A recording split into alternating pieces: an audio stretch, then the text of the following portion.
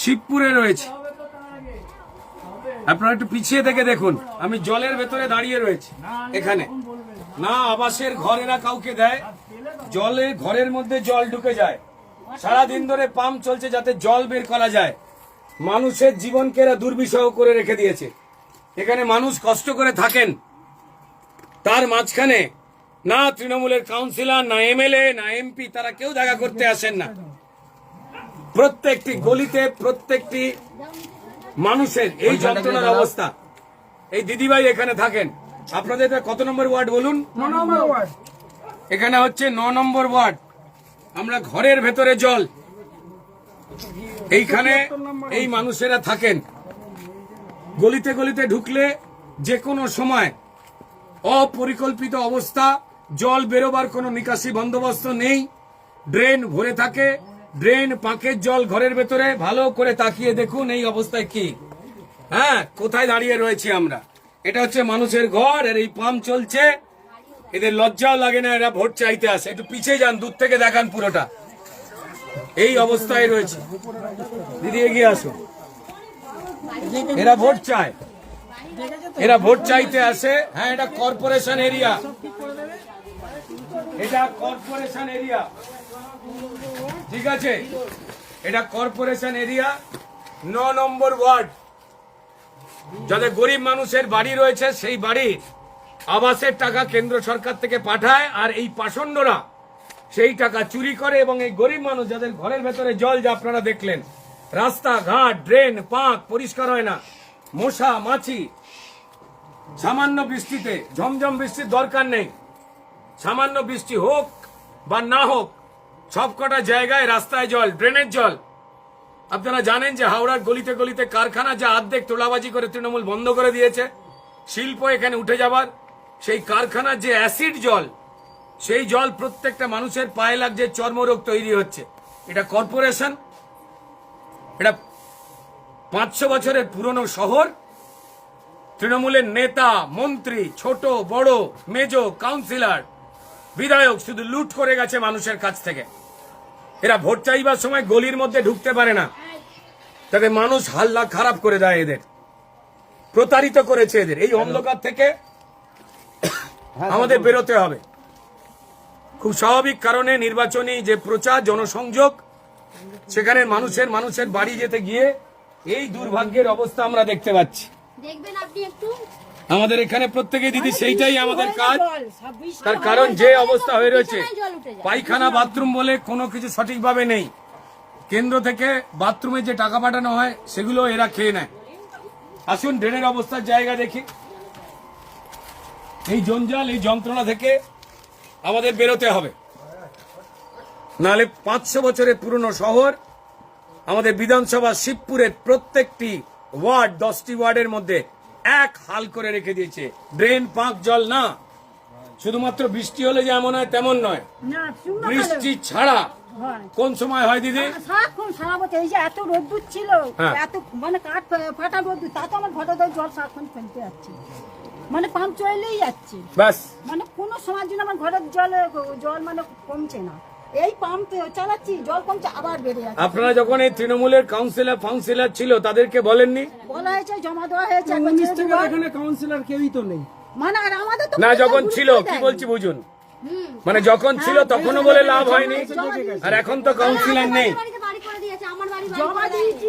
বললাম তো, ওদের ওখানে জায়গা হচ্ছে যে যাদের থেকে কাটপানি পাবে গরিব মানুষ।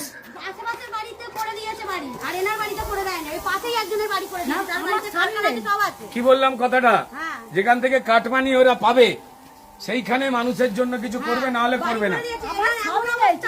সবাই বলে, কিন্তু কেউ করে দেয় না। না ক্লাবের লোক কোনো সাহায্য করছে, না পার্টির লোক কোনো সাহায্য করছে। দিদি, সেটা হচ্ছে যে সরকারি সাহায্য, আপনারা ট্যাক্স দেন, যারা সরকারে রয়েছে, এটা তাদের সাহায্য করবার কথা।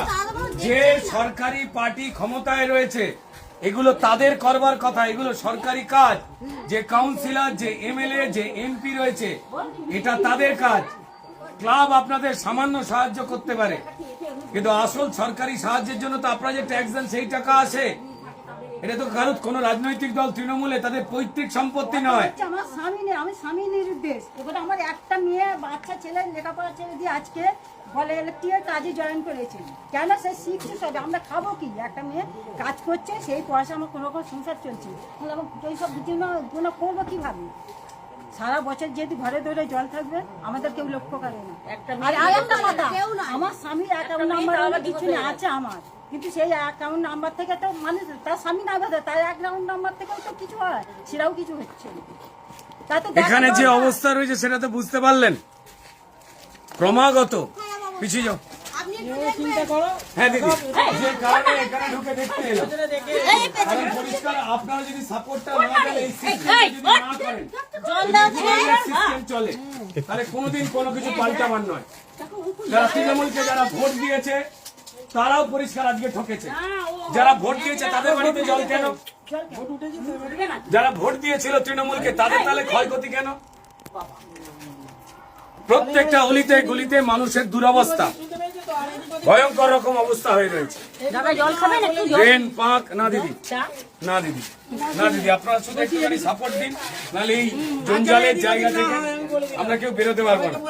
আপনাদের শুধু একটুখানি সাপোর্ট দরকার রয়েছে, নাহলে এই জঙ্গল থেকে বেরোতে পারবো না দিদি।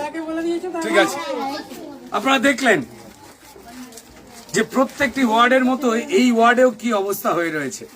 ড্রেন, পাঁক, জল, বাচ্চাগুলোর জীবন অতিষ্ঠ, যারা বড়রা রয়েছেন, যারা বয়স্ক মানুষেরা রয়েছেন, তাদেরও একই দুরবস্থা। শুধুমাত্র ঝমঝমে বৃষ্টিতে নয়, জল নিকাশি ব্যবস্থা এখানে নেই। বৃষ্টি না হলেও পরিষ্কার না করার জন্য কর্পোরেশন সিস্টেম পুরো 2018 সাল থেকে বন্ধ হয়ে যাওয়ার জন্য না কাউন্সিলর রয়েছে, না কেউ রয়েছে।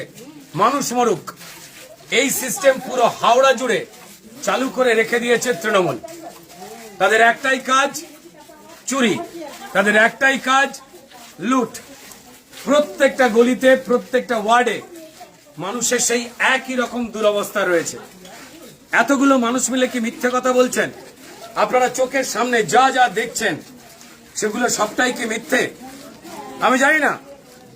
যারা তৃণমূলের প্রার্থীরা হয়ে রয়েছেন, বিভিন্ন জায়গায় বেরোচ্ছেন, তারা কি প্রচার করছেন? তাদের কেন ভোট দিতে হবে? ড্রেন আর পাঁকের জল যাতে আপনার রান্নাঘরে ঢুকে যেতে পারে সেই জন্য ভোট দেবেন? যাতে রোগ জীবাণু ছড়ায় সেই জন্য তৃণমূলকে ভোট দেবেন? যাতে আপনার পাড়ার পুকুরটাকে বুঝিয়ে সেখানে অবৈধ ফ্ল্যাট তৈরি হয়ে যায় সেই জন্য ভোট দেবেন? যাতে ড্রেন, পাঁকের জল, রোগ জীবাণু, মশা যা প্রত্যেক মুহূর্তে তৈরি করছে, রাস্তা জুড়ে ভ্যাট যাতে হয়ে যায়, যাতে জীবাণু ছড়াচ্ছে, দুর্গন্ধ ছড়াচ্ছে, সেই জন্য আবার এই চোর তৃণমূলকে ভোট দেবেন? নাকি যাতে আপনার বাড়ির বেকার যুবক সেই চাকরির সন্ধানে বৃদ্ধ বাবা মাকে ছেড়ে অন্য রাজ্যে চলে যায়, আর তার মুখ বন্ধ করে দেওয়ার জন্য যুব সাথী ইত্যাদি প্রভৃতি বিভিন্ন রকম ভাঁওতার 1,500 টাকার ভাতা, যা তৃণমূলের নেতাদের কথাতেই যুবরা খেপে গেছে, তাই মমতা ব্যানার্জি মুখে সেলোটেপ দেওয়ার জন্য পান বিড়ি গুটকার খরচ